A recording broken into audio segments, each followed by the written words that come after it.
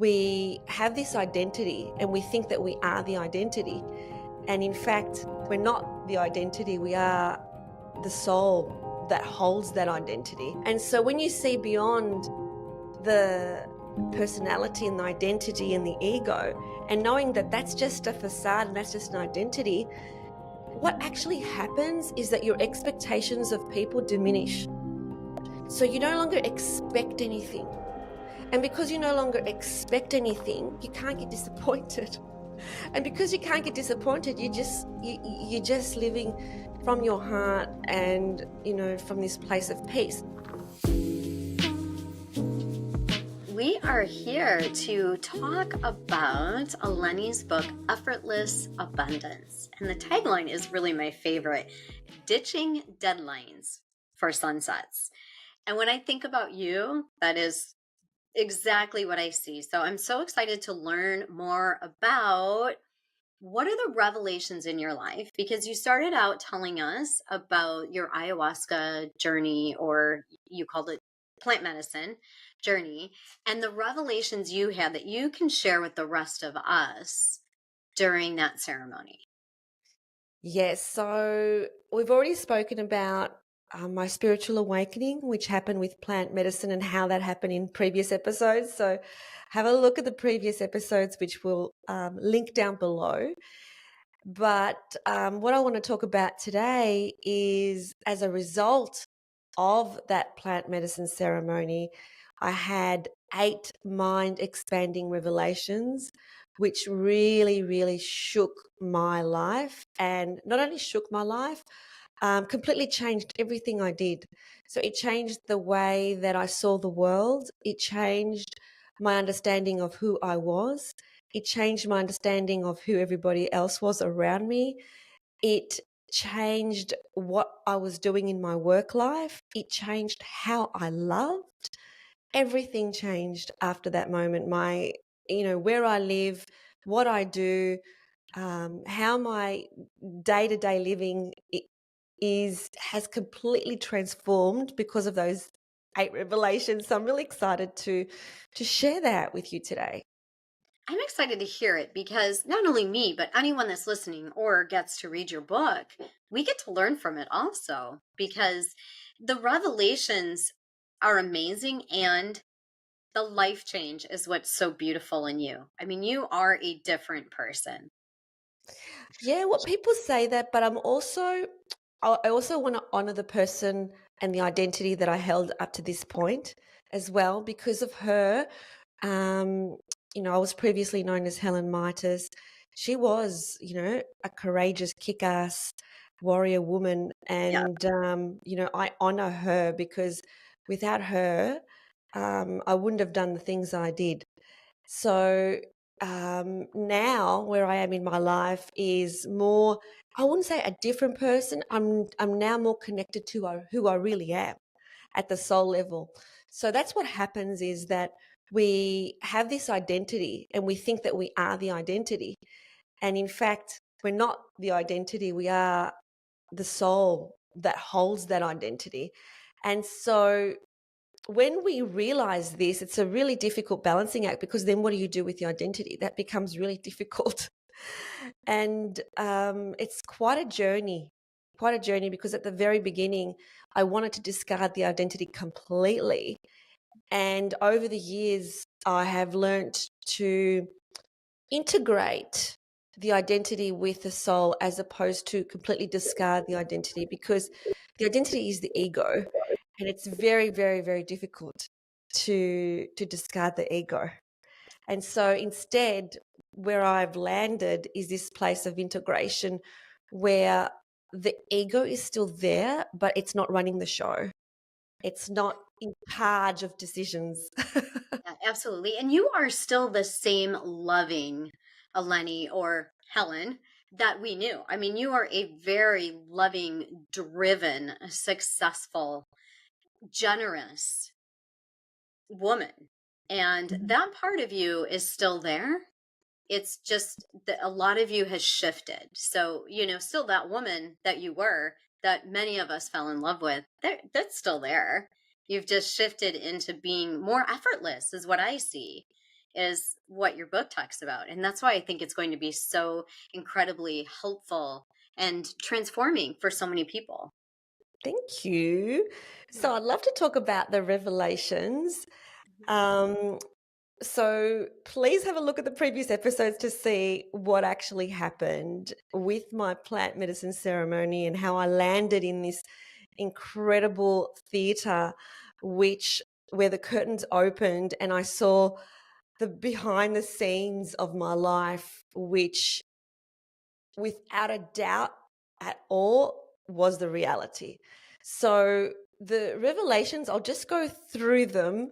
The first revelation is your life is not real. That was the first revelation. And how was it said to me? It's a knowingness. Like when you go into the other another realm, it's like this, oh my God, is this what it's all about? So what I saw was that we were all characters in this movie that we created. So I played a character called Eleni Mitas, and I played that character really well. But I also saw that that's not who I was. And so your life is not real means that it's such a difficult concept to grasp because it feels real. So I'm not saying that, when you hurt, you don't really hurt. It's just like when you're watching a movie and the characters in the movie say they're kissing each other. They're actually kissing each other. Okay. So it's actually happening. The experience is real. So when we say your life is not real, the experience is real. And that's why the emotions that we feel are so real, because they are real, because we're actually going through the motions. We're actually feeling, we're actually creating, we're doing all the things, but that's not who we are. And all the characters in our movie are there because we've placed them there and we've drawn them into our world according to the vibration that we're sitting in. So every single person. So I saw that, for instance, at that point when I had my experience, I was having one of my friends had sort of just cut me off. And I felt very, very hurt because she didn't even contact me when my father passed. And that really, really hurt me. And then what I saw was her side of the story. So what I saw was she was hurt. She was hurt because she felt like all of a sudden when Christian came into my life, like I, didn't need to catch up with her weekly anymore, and she felt hurt. So she was just acting from pain, and that's why she didn't reach out to me. And so in that moment, I felt this incredible love for her and just incredible feeling of compassion for everybody who had hurt me, because I saw their side of the story. I love it. And it was just incredible to see that it was not me that was doing all the things, and therefore I had nothing to be proud of, which leads to another revelation, which is your achievements do not make you worthy, because I was just a character. So just like Tom Cruise does all those incredible things in Mission Impossible, are we going to give him accolades for all those stunts? It's just an act. And even though it doesn't feel like an act, but it is the character that we're playing. And so it's not who we really are. And so after that point, before that point, whenever I used to do a live on Facebook or anything like that, I used to have my awards and accolades behind me and so on. And I just took them all down because it was like, um, you know, not significant. It's not who I was. And I just want to say, I want to honor the fact that you do have awards behind you, but they are not yours. They are not yours. They are your son's. Yeah. So I just wanted to, to make that point that I'm not giving disparaging remarks about, what's close to your heart. But Thank you.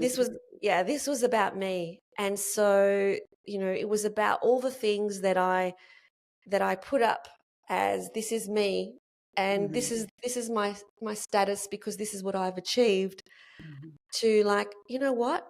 What happens when we're at ground zero, when we don't have all those things to say, this is what I've done and this is who I am? Yeah, it's just like they say, you can't bring your awards, your material goods, your money to heaven. Yeah, Right? exactly. It's something my mum always says and has always said, we're not taking it with us. We're not taking it with us. Mhm. Yeah, so that's the first one. Your life is not real. And that's it was a difficult chapter to write because it's really hard to explain, because when you enter behind the curtains and behind the veil, it's such a knowingness that it's hard to explain something you know. It's, for example, how do you explain that you're in love? It's really difficult to explain something you just know. And Mhm. so I did my best and I gave lots of examples and how that's actually helped me in life, because knowing that your life is not real makes everything so much easier.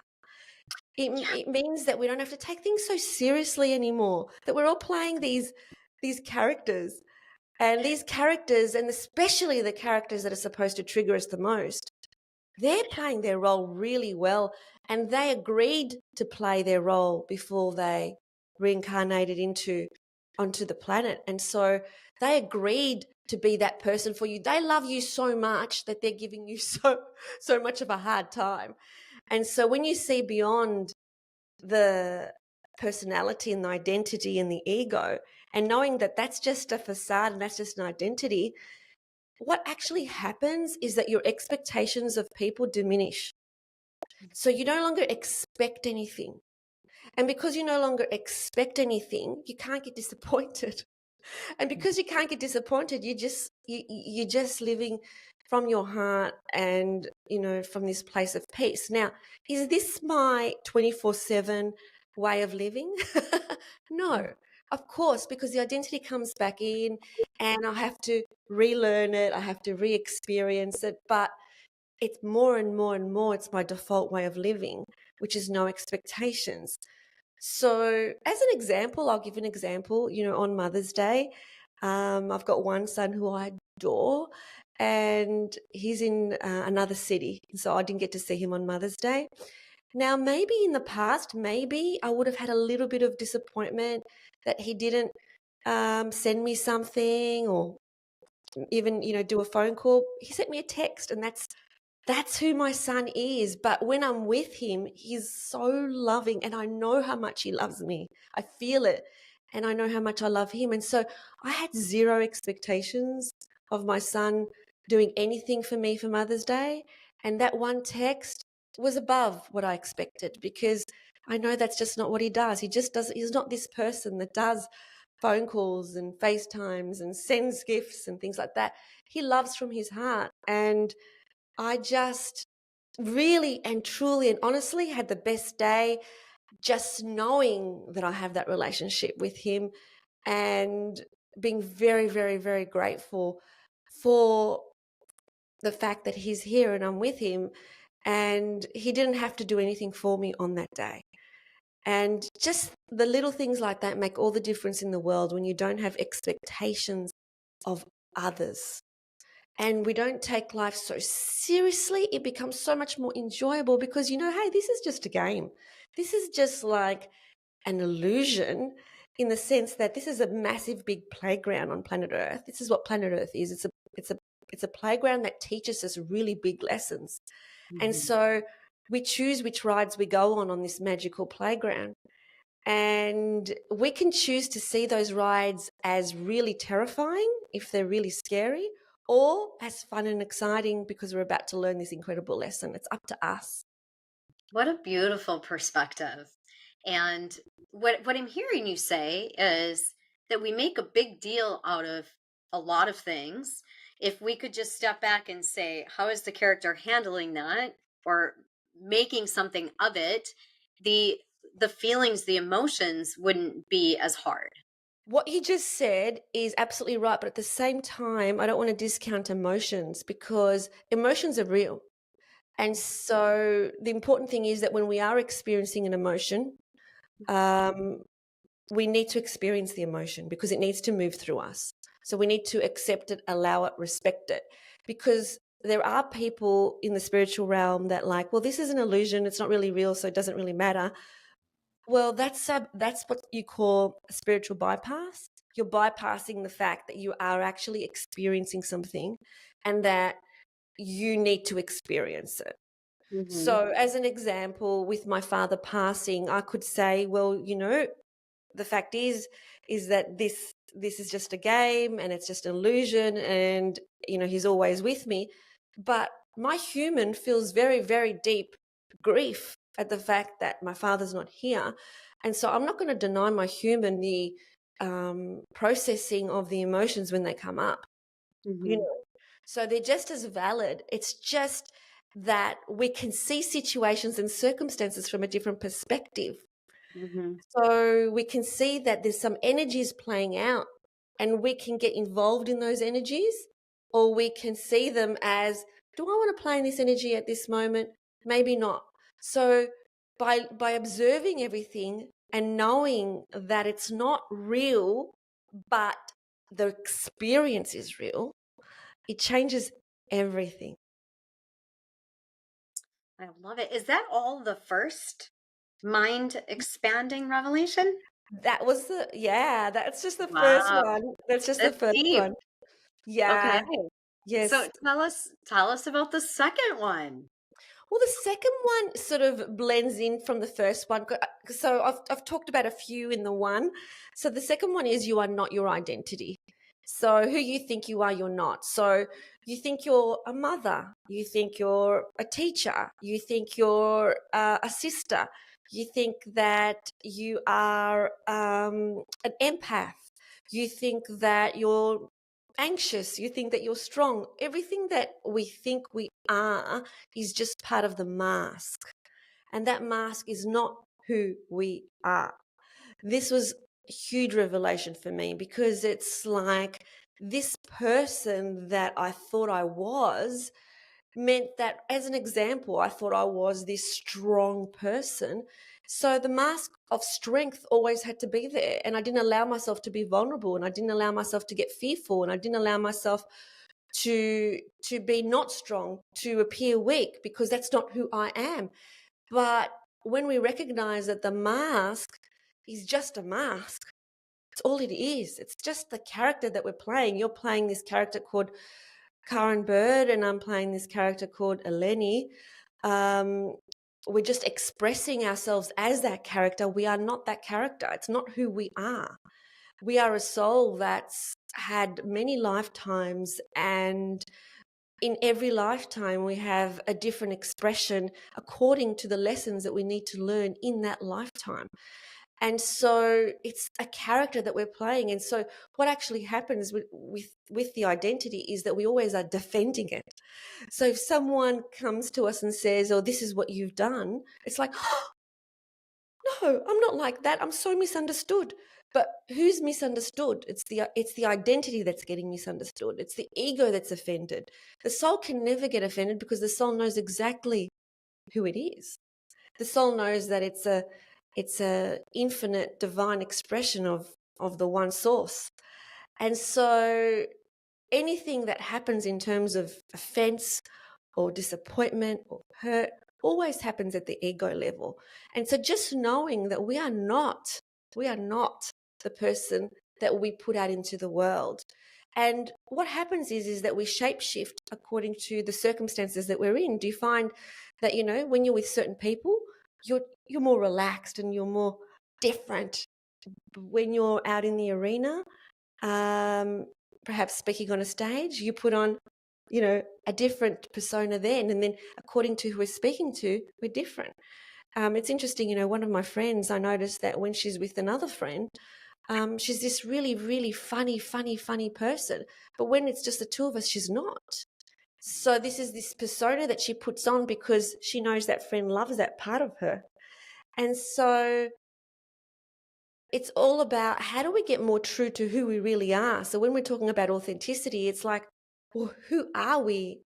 And can we reveal who we really are to the world, rather than how we like to be seen, so that we can have a certain status level? So, for example, this is a big one that I had to navigate, is when I meet a new person in the business world. And when they ask, what do you do? My ego wants to say all the things I've done. But my soul's like, do you really need to prove that? Like, what do you prove by saying those things? Do you need to say that you've achieved this and that and the other? Is that really necessary? Because what would happen if you're just not that? What does that actually mean if you're not that person? And so just going really deep in those sort of questions. And every single chapter in my book has profound journaling questions at the end of it, which gets people to really ask themselves those deep, deep, deep questions about who they really are, and questions that they can answer, not questions that are so hard that they need a therapist next to them. Questions Mhm. that they can answer for themselves. Those questions sound really interesting, and I would bet that they really help people with some self awareness, questions they hadn't thought of. Is there a question that you can share with us that's in your Yeah, book? of course. So this is a typical one. Um, so this is an authenticity check, which goes right on what we were talking about just a moment ago about authenticity. When do I make choices based on the expectations of others as opposed to what feels true to me? Great question. Something to really think about. Yeah, it's really a reflection question. And with these questions, it's not about judging our answers, because the way that we grow is by becoming aware. So it's not about wanting to write the right answer and saying, no, I don't do that. It's about really going deep, because your ego will say, oh, no, you don't do that. But it's about going in deep and saying, when do I do that? And, oh, that's interesting that I do that. Don't judge yourself for doing that. Don't like, oh my God, you're still in ego and you do that. It's like, oh, okay, that's interesting that you do that. Perhaps the next time you do that, just be aware of it. That's all. Just bring awareness to it. Yeah. Yes. Yes. I love that. So I'll just get through my other revelations. So, Yes. revelation number one, just a quick recap: your life is not real. Revelation number two, you are not your identity. Revelation number three, your achievements do not make you worthy. So, all the things that you've done, it's not what makes you worthy, because you're already worthy. You were born worthy. You Hmm. already are. There's nothing you need to do to make you worthy. There's no action you need to take. There's no amazing relationship you need to have. There's no amount of followers that you need to have on social media to make you worthy. You already are. You Man. already are, And so many people need to hear that, including me. I mean, yeah, it's a including beautiful me. concept. Yeah. Including me. Like, Hmm. just because you don't have a million followers, it doesn't mean that you're less worthy than the person who does. It Hmm. doesn't mean that at all. You Hmm. already are. You already are. And then that leads to revelation number four, which is your failures do not make you worthless. Just because you made some choices in the past, and I talk about some really vulnerable choices that I made in the past that I'm not proud of, I doesn't make me a bad person, doesn't make me a bad mother, doesn't make me a worthless person. It's the human experience. And I talk about that doesn't mean that we go, oh, then that makes everything okay. But in fact, it does make everything okay. It just means that we need to learn from all our experiences and not use them as excuses. But everything is okay. Your failures do not make you worthless. The next revelation is revelation number 5, which is your stuff is weighing you down. Hmm. Like the things that we think we need in our life. And we talked about, this a moment ago. My mum always has said, you're not taking it with you. So you're not taking a big house with you. You're not taking your credentials with you. You're not taking your jewelry with you. You're not taking your money with you. You're not taking your bonds with you. You're not taking your shares with you. You're not taking anything with you. Nothing at all. You're not taking your achievements with you. There is nothing that you're taking with you. And so what actually happens with all those things that we think we need is that they weigh us down because we become attached to that manic workaholic kind of activity by keep doing because we think that we need to have, acquire. And when I say acquire, that's not just things. It could be relationships. It could be anything. But all the things that you think that you need is actually weighing you down. And when you liberate yourself from desiring anything at all, that's when you're truly liberated. And the more you need it, the more you want it, the more it weighs you down. And the more you got to do. And the more disconnected you are with your soul, and the more connected you are with your ego, because it's the ego's job. The ego's job is to get into action mode and to get things done and to acquire things and to have a status symbol. I love that one. Yeah, which leads to the next one. This is a really big one, and quite a difficult concept to express compassionately, which is you have all the money you need. And because there'd be so many pushbacks with people on this one, like, no, I don't. You might have all the money you need, but I don't have all the money I need. I've got I can't pay this bill or that bill or that bill. But this is a very huge concept, very difficult to explain, in a few minutes. But you do have all the money you need. You really, really do, because what we're talking about is not all the money you think you need in a week's time to pay that bill that you may not be able to pay. You have all the money you need this very second. Yes, you do. At this very second, you have all the money that you need. You don't need any more. You just think you do. And I know it's difficult because there's been a lot of programming about how much we need money. But the greatest paradox of this is that the moment we release our attachment to it is the moment it just flows to us easily and effortlessly. And that's why it's called effortless abundance. It's not just about abundance of money, though. It's abundance of everything in your life. So you have the money without having the hard work and the long hours and the burnout. I'm not saying that, we're not going to do intense activity as part of our soul path, but it's a different type of energy when you're doing it, which is aligned with your soul as opposed to your ego. And the energy that comes from that is completely different. So it's a really big topic, and one that I hope that I address really well in this book, because it's an important topic. And it's one that you almost have to constantly and daily remind yourself of, because we know that even billionaires think they don't have enough money because they're still fighting others for money. They're still, operating with this mindset of, well, I need more and therefore I need more so you can have less, and take each other to court and all the rest of it. Why does that happen? Because they still believe they don't have enough money. And so the fact is we all at this very moment have enough money. Here's a concept I heard, which is within your abundance title, is what if we saw leaves on the trees as money, and money was as easy to get as a leaf on a tree, and we just knew it was going to be there? Exactly. And that's what it is. It's how abundance works in this beautiful, abundant universe. We've never been as abundant as we are right now. When we see, the polarity in our world in terms of, poverty and extreme wealth, it doesn't mean that there is not enough for all. It just means that the people that are extremely wealthy are not realizing that they have enough. But there is enough for everybody. Absolutely, there is. But like I said, it's one that I know will trigger people, this particular topic. So you need to read my chapter before you start judging what I'm saying.